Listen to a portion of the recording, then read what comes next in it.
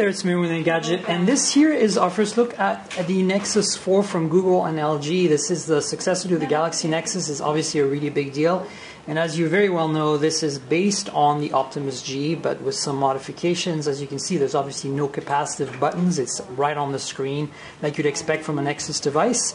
It's got a slightly different shape, obviously, than an Optimus G, but in the back is a very similar design with the glass backing that has this really cool pattern if you look at it from different angles. This is the 8 megapixel camera version of LG's Optimus G camera set, since they have the 13 as well, and so they've chosen the 8, and you can see the layout is very similar with the flash, the camera. The speaker down here is even the same kind of slit, so other than the curved bottom and top, and of course the buttons being removed and replaced with these on-screen buttons. There's also a notification light that's moved from up here down to there, and then you can see the front-facing camera here, the earpiece. Now let me walk you around the edges. Again, that hasn't changed too much from the Optimus G. You see the headphone jack here, the secondary microphone.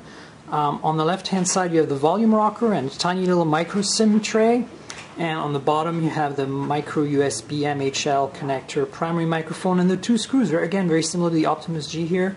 And on the right hand side, the power lock key here. And that's pretty much a walk around the phone. Now I just wanted to point out a few other cool things about this. Obviously, this is running the latest iteration of Android, which is Android 4.2, and there's a bunch of really cool features like this shortcut for turning on and off Bluetooth, etc. For example, brings you right into the Bluetooth menu. You can configure this any way you want.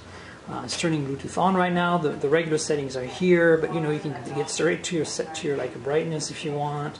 Things like that. There's a million other features, especially with the camera, that are really quite amazing.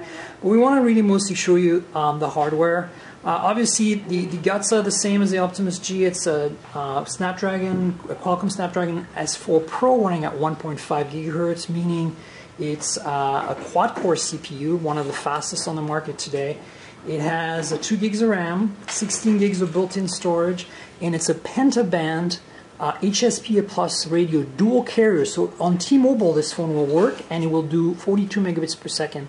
No LTE though. Some people will be disappointed, but obviously with DC HSPA Plus you can get some pretty great performance.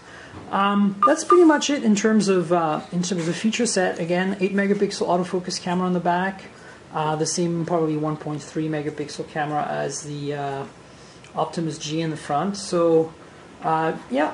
Very interesting interpretation of the original design, quite handsome. I think this feels nicer and better built, and generally looks better than the Galaxy Nexus, which is obviously a reflection on what LG's done with the original phone, the Optimus G. So there you have it, the Nexus 4 from Google and LG. And there's one more thing this phone has, and that's, in addition to Nfc, inductive charging. So you just put this down. Obviously it needs to be plugged into a charger, but at this point it would charge. This is what the little module looks like. It's rubberized, so it sticks to the glass finish in the back. Quite a bit of an angle, and it's pretty free as to which way you can position it. As you see, there's a micro USB charge port here in the back, and that's pretty much it. So there you go. In addition to all the other goodies, you get wireless charging on the Nexus 4.